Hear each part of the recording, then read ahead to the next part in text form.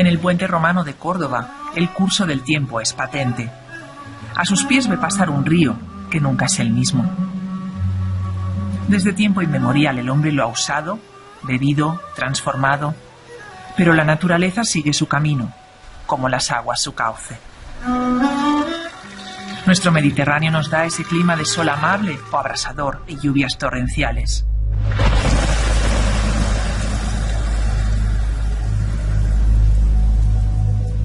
Hasta el punto de que mucha gente, cuando ve esto, se pone a temblar. Hola, ¿qué tal? Buenas tardes. Ambiente muy lluvioso en Andalucía. Lluvia intensa en muchos puntos del sur y podrán venir acompañadas de tormenta en cualquier punto. Tras ellas sucede esto, las inundaciones. ¿Cómo puede ser que, si conocemos nuestro clima y cómo se llenan los ríos, todavía nos inundemos? Eso nos intriga, así que hemos elegido un típico río mediterráneo para hallar las causas de que inundaciones como estas nos afecten hasta el punto de que cada año se pierdan vidas y cuantiosos daños materiales. Pasa a menudo. Entre 1998 y 2004 se produjeron 100 inundaciones graves. Es el fenómeno natural que más nos afecta en España. El Guadalquivir, este es el río, no escapa a lo que parece una maldición de la naturaleza, pero no lo es. Queremos encontrar las verdaderas razones de esas avenidas y para ello remontamos el río hasta Porcuna, en Jaén. Ahí empezaremos por el principio de los tiempos.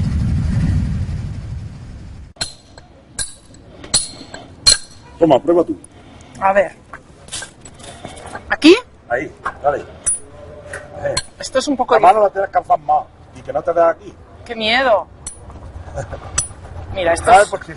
Sí, esto es un poco difícil. Pablo, ¿qué estáis restaurando aquí? Estamos restaurando las antiguas carnicerías de época medieval. Ajá. Aquí hay un pueblo Porcuna con muchísima historia, ¿no? Sí, Porcuna es un pueblo muy antiguo, con más de 6.000 años, y mucha tradición de arqueología, de estudios de arqueología. Así que habéis podido investigar también, por ejemplo, la ubicación del pueblo. Estamos en un sitio determinado, está relacionado con el río, que es el tema que nos ocupa. Los pueblos en esta zona tradicionalmente se ubicaban en las mesetas, en las zonas más altas, por cuestiones estratégicas y quizá alejándose un poco de los cauces fluviales, ¿no? Pablo, nosotros hemos venido aquí porque nos habéis hablado de que tenéis un problema grave con la erosión y que eso, como está ligado con las inundaciones, también nos interesa. Sí, la erosión es un problema que se ha ido manifestando en estos últimos años, que no tenemos tradición histórica y la prueba más fehaciente es que no hay ningún topónimo de barranco, no hay ningún topónimo de rambla o de cuestiones relacionadas con la erosión, ¿eh?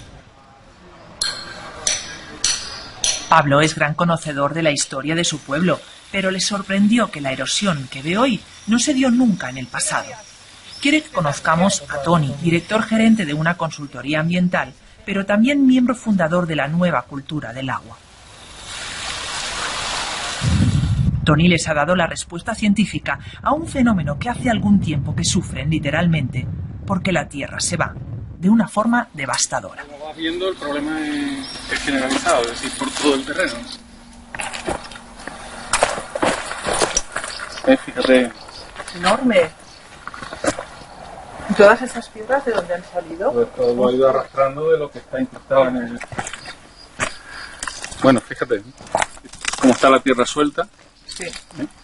Y bueno, este es el problema de la erosión, que es uno de los problemas que se añade y que hace que el tema de las inundaciones pues tenga una dimensión mayor, ¿no? Pero esto se debe haber formado en muchísimos años, ¿no? No, esto es una historia bastante reciente, tiene apenas 15 o 20 años. Este era el antiguo arroyo del Guindo, que tenía como un par de metros, entre un par de metros y 1 metro, y que se cruzaba, lo cruzábamos a pie o con un tractor o con un mulo hace 15, 20 años. ¿Y por qué se está generando esta erosión? Pues esta erosión se genera principalmente por el tipo de agricultura que se está haciendo, ¿no? Por el tipo de laboreo que se está haciendo en el campo. Se trabaja mucho la tierra se queda desnuda y entonces cuando llegan las precipitaciones se arrastra la tierra. Y entonces pues se produce esto tan dantesco como estáis viendo. Fíjate que hay olivos que han caído ya dentro de la cárcava. Fíjate ese que está a punto de caer, que tiene las raíces fuera. Entonces ya no es solo un problema ambiental y un problema respecto a las inundaciones, sino incluso perjudica al propio agricultor, ¿no?, al propietario.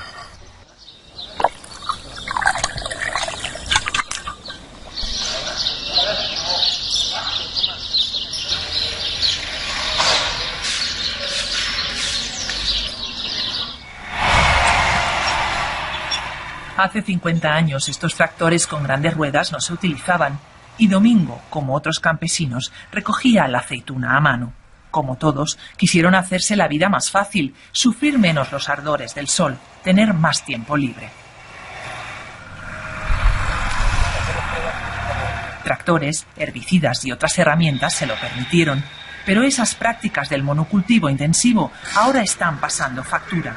Esta erosión espectacular supone también pérdidas. Hoy están enderezando los olivos tumbados por el viento. Las lluvias movieron la tierra que se ha convertido en barro blando y por tanto no tiene fuerza para sujetar nada. Elizabeth. Hola, ¿qué tal? Encantada. Tony, ¿nos va el botijo para beber agua? Por favor. Vale, que está fresca. Hemos estado viendo esas cárcavas y eso. ¿Está usted preocupado? Pues sí, porque tú antes no tenía nada y ahora en 2 años se ha formado aquí un arroz muy grande, en 2 inviernos de agua que ha venido y esto No sirven de nada las soluciones de urgencia, como los parches de hormigón para cruzar las cárcavas que cortan el paso.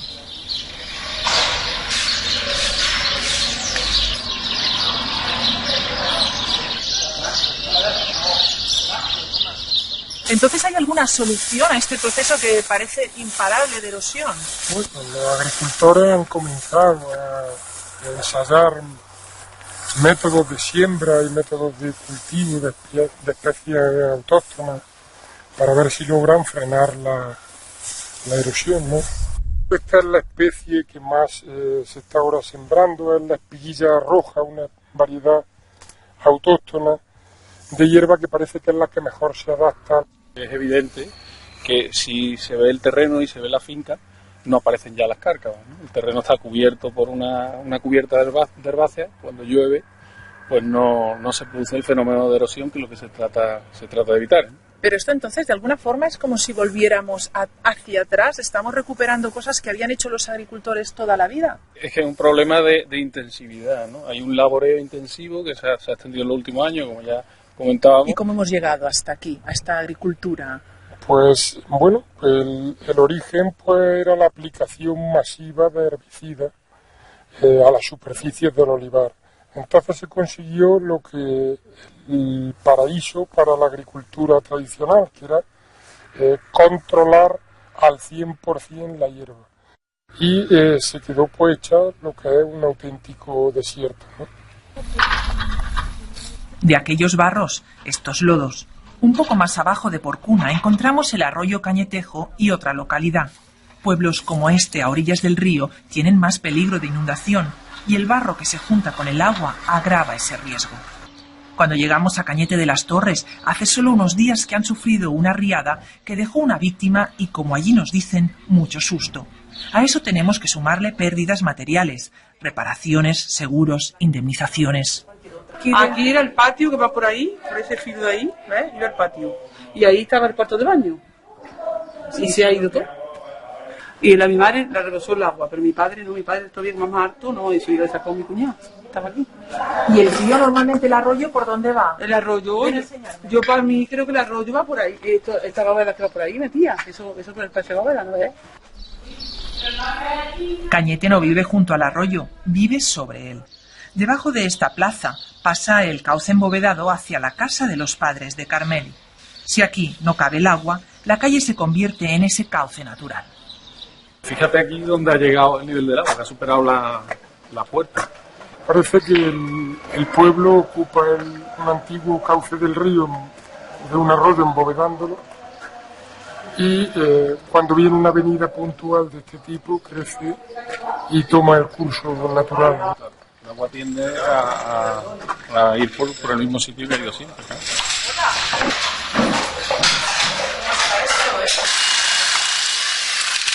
Aquí estamos de día y de noche, fin de semana, sábado y domingo. La presión del agua reventó las puertas y la ventana. ¿Tiene mucho lodo del agua? Sí, mucho lodo. Más de la señal del banco, se ve todo agua. Se habla aquí en el pueblo de por qué se ha producido el problema Dice que la bóveda iba vacía, y cada uno cuenta una historia. Se taponó en la entrada y dice que ya puso agua por lo alto. Y entonces el agua lo corre por abajo. Claro. Lo que hemos visto en Cañete no se podría llamar una catástrofe natural. Yo creo que es un drama humano producto de una imprudencia humana, porque ya hemos visto que en Cañete lo que ha ocurrido es que hemos ocupado el terreno del cauce, embovedándolo con una capacidad que a lo mejor no era suficiente para las lluvias que hemos tenido ahora, ¿no?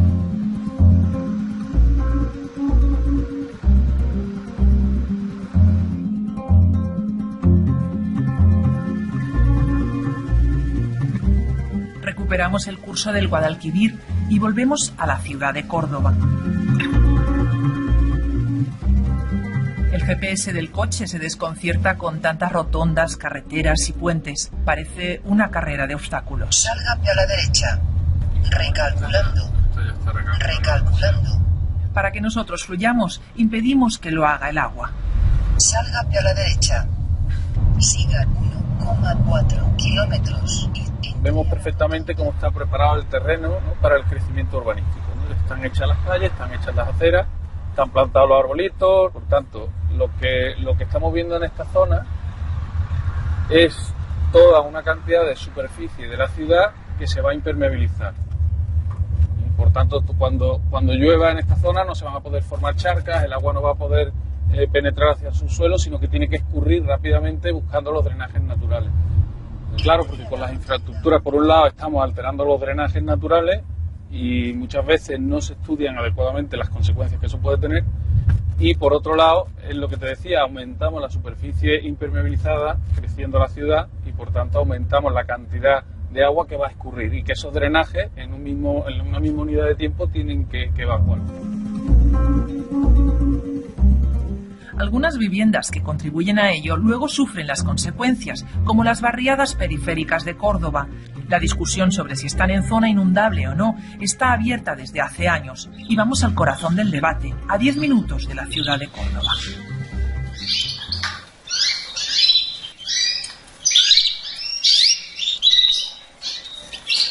A algunos les gustaría poder contener el agua en un botijo, como Antonio Lozano, que ha vivido por 2 ocasiones la virulencia del agua. Pero si hoy hubiera sido uno de los días de las inundaciones, porque hay que hablar en plural, ¿dónde nos llegaría el agua ahora mismo a nosotros? A 2,75. O sea, muchísimo más por encima de los armarios que nos han regalado los vecinos. Antonio no lo supera. Vive en Alcolea, a tiro de piedra de Córdoba, y es aquí donde sufrió las 2 inundaciones en diciembre de 2010 y febrero de este año. Antonio y a su familia les sacaron en barca y encontraron peces en su piscina. Hoy nos enseña todas las pérdidas que ya ha repuesto, incluido el muro que delimita su casa. Ahora es de hormigón armado para que no vuelva a pasar. Está en una situación extrema porque todavía no ha cobrado nada del consorcio de seguros, la entidad estatal que se encarga de indemnizar en estos casos. ¿A día de hoy no os ha llegado ninguna ayuda? A día de hoy del ayuntamiento no nos ha llegado ninguna ayuda a nosotros. Desde el día 9 que pasó la segunda catástrofe, todavía estamos esperando noticias del consorcio de una ayuda de siquiera de telefónica, o a ver cómo estamos o a ver cómo no estamos. A nosotros el más mínimo interés, preocupación ninguna. Paco es el presidente de la plataforma de afectados por las inundaciones del Guadalquivir y lucha para que sus reivindicaciones no caigan en el olvido. ¿Y por qué se repite eso más de una vez? ¿Por qué os habéis inundado?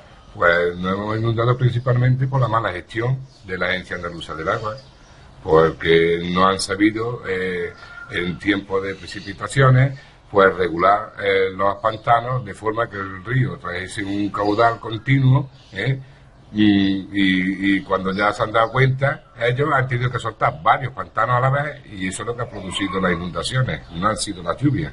Porque llover, aquí tenemos un clima que llueve a menudo, ¿no? Aquí, como este año 2010, ha llovido otros tantos años. Llevábamos más de 40 años. La última riada fue en el año 63. Estamos en marzo navegando en múltiples inundaciones. Andalucía, una vez más, ve anegados sus campos y pueblos por el desbordamiento de las aguas. Y desde el 63 se han construido presas para laminar esas avenidas de agua, precisamente. Lo principal que nosotros necesitamos es una garantía de seguridad para todos los vecinos de la ribera de Guadalquivir, no solamente Arcolea, sino desde la provincia de Jaén hasta que llega a Cádiz. Además del dragado de ríos, de la limpieza de arroyos y demás, porque es que con los años que yo tengo jamás he visto venir a nadie a limpiarlo. Paco dice que si muchas obras pendientes del río se acabaran, también mejorarían las cosas. Sobre ellos pesa la amenaza de otras inundaciones. Y lo mismo les pasa, río abajo, en barrios unidos con el de Paco por el Guadalquivir de sus pesares. Este es el barro que bajó de las presas. En Altea, barriada periférica de Córdoba, ya no quedan restos de esas aguas, pero sí del barro que dejaron. Pasados unos meses, ya más sosegado, Julio Jacobo ha de afrontar la situación legal. Ayuntamiento y Secretaría del Agua de la Junta de Andalucía les dicen que están en zona inundable, y aunque parece que la ley es clara, su aplicación no lo ha sido. Julia, vosotros os dicen que estáis en zona inundable. Eso es totalmente falso, porque nosotros, para solo poner una sola estaca, vino Confederación y marcó en el camino de servidumbre donde estaba la cota de inundabilidad. La cota es la cota 87. El límite que te diferencia donde está la zona inundable y la zona no inundable. Primero voy a enseñar lo de la cota de inundabilidad, que lo tengo aquí, porque fíjate, no está mal para ser ilegal todos los papeles que tengo. El que vale es este, que está puesto por Confederación. La línea negra te marca la cota 87, que es la cota de inundabilidad.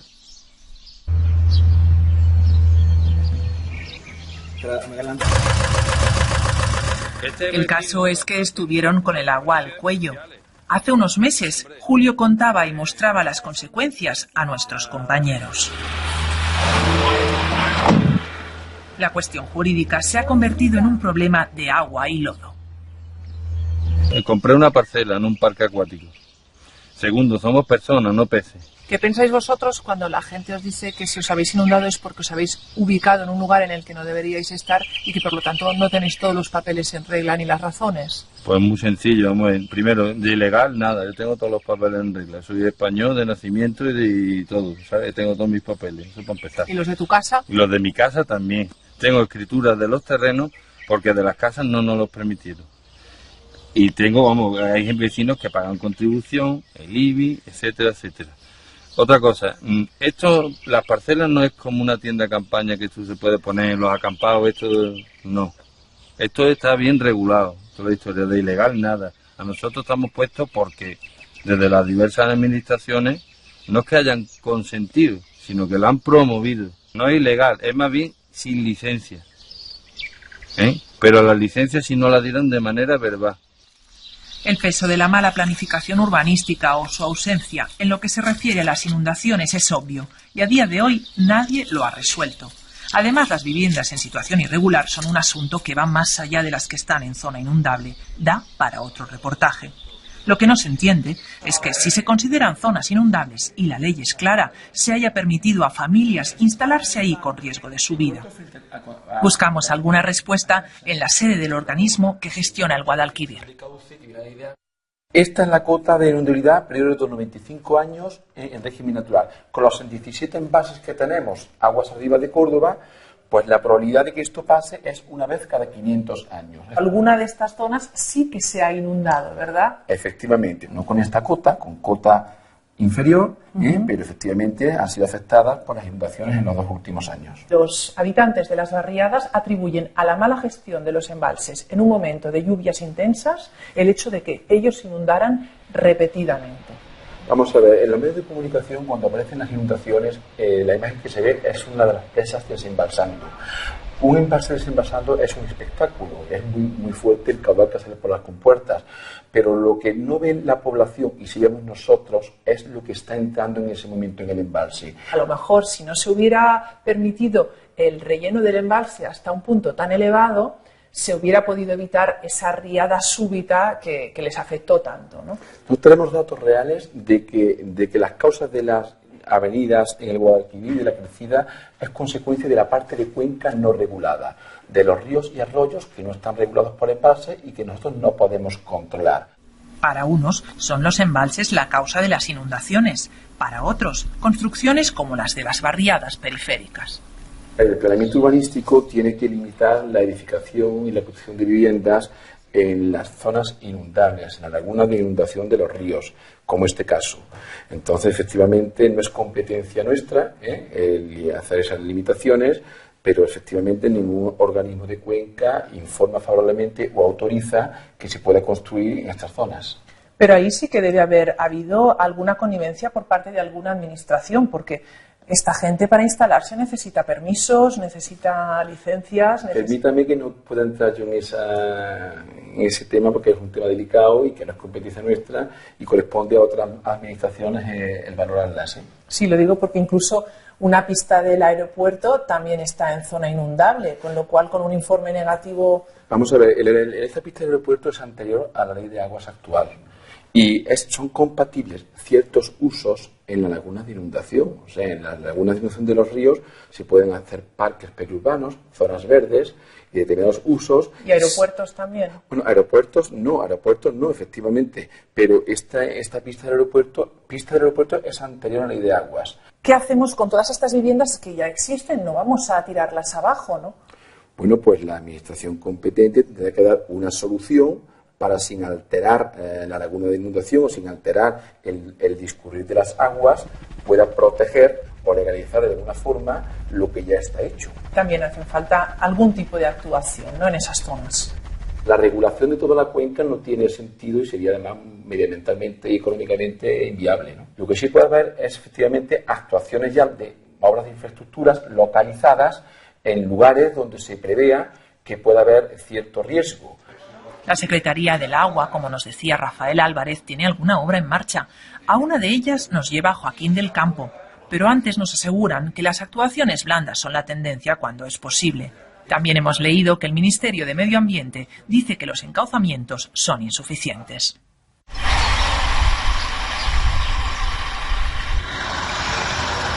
Para ver los trabajos llegamos a Puente Genil, cuyo río es afluente del Guadalquivir. Y la obra consiste simplemente en la protección del pueblo, de la ciudad de Puente Genil, ante la avenida del río Genil.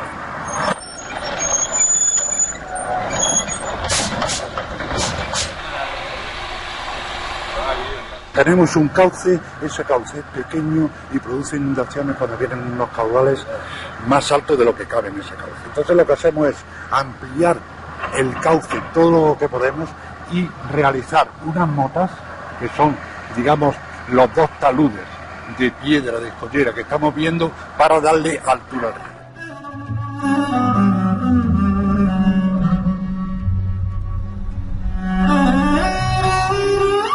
El día acaba con Tony en uno de los lugares más bellos de Córdoba. Tony está por un río lo más natural posible. El Guadalquivir ha cambiado mucho en los últimos años. Mira, estas gravas son las típicas de los ríos mediterráneos, del régimen mediterráneo, que son los nuestros, ¿no? Esto es lo que tiene que haber y este es el aspecto muchas veces que tienen que tener los ríos. Esta es la parte de vida natural de un río. Claro, esto también es natural, es decir, el río no solo es vegetación de ribera y bosque de ribera, que también, ¿no? Entonces, el problema que tenemos en el Guadalquivir, por ejemplo, es que al ser un río tan regulado con tantos embalses, los embalses retienen las gravas.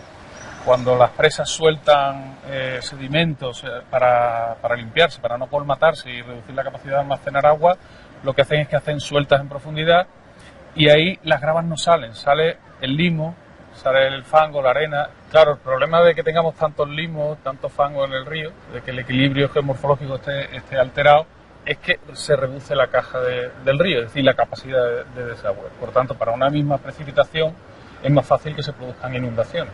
¿Con los grandes embalses nos protegemos de las inundaciones o de los miedos a las inundaciones? Yo creo que más bien lo segundo. Es decir, al estar el río tan regulado, nosotros nos da la sensación de que hay más seguridad. ¿no?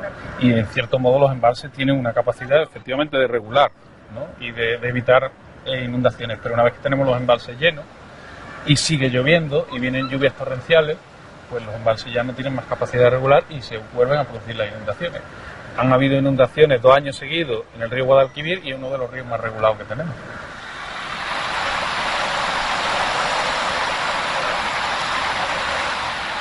El río no tiene por qué estar controlado. Otra cosa es que en determinados puntos o tramos necesitamos algún tipo de control porque las ciudades están ahí, ya hemos crecido y evidentemente tenemos que defender lo que ya está consolidado de alguna manera. ¿Es útil desprenderse de todo el miedo? Muchas razones y suposiciones giran en torno a las riadas, desde cómo nos asentamos en el territorio, sin respetar la llanura del río, hasta las necesidades de riego que exigen embalses llenos o los problemas de erosión y la impermeabilización. Un cóctel que provoca dramas humanos y gastos enormes a los afectados y a la administración, que los ha calculado 800 millones anuales de media. ¿Qué riesgos y qué costes estamos dispuestos a asumir? Si volvemos a la historia, tal y como empezamos, descubriremos que los árabes hace más de 1000 años ya consideraron el Guadalquivir un buen lugar para quedarse. Pero los que podían se lo miraban de lejos, como Abderramán III, que construyó Medina Zahara para su favorita. Esto no está en zona inundable, ¿no? No, efectivamente. Esto está un poquito más para arriba de la zona inundable, pero sí se aprecia de aquí perfectamente toda la llanura del Guadalquivir y toda la zona que en su momento puede llegar a inundarse, ¿no? Si observa es una llanura muy plana, con muy poca pendiente, sí. Y por tanto cuando se produce un desbordamiento, la zona que se inunda es muy amplia. ¿Cómo sabemos que una zona, un área, tiene peligro de inundarse? Bueno, nosotros hacemos estudios precisamente para evaluar el riesgo de inundación, ¿no? Además, se evalúa de 2 formas distintas. Por un lado, el riesgo en zonas de arrastre, donde hay un peligro mayor, y zonas donde solo llega ya la lámina de inundación sin tanto riesgo de arrastre, ¿no? Además, la Administración exige ya este tipo de estudios. Hoy los turistas están ajenos a la conversación que mantenemos Tonillo, más ligada a buscar soluciones a las inundaciones que a esta belleza del paisaje, aunque puede ir todo junto. La idea es... Sí, aquí, aunque no veamos el río, claro, pero está ahí, se ven los puentes. Exacto, ¿no? Pero si te fijas, esta es una zona poblada que tendría riesgo de inundación. Entonces, ¿cuál es la idea de estos proyectos de restauración para evitar inundaciones? Sería irnos aguas arriba de la zona donde está la población y ahí comprar terrenos o bien negociar con los propietarios de los terrenos, normalmente agricultores, para que ahí el río pueda salirse y pueda inundar esa zona donde no hay riesgo para la población. Y así esa zona actúa como amortiguador para que el río no se salga donde sí está la población. Así, el río podrá recuperar su dinámica natural y evitaría la furia de las inundaciones.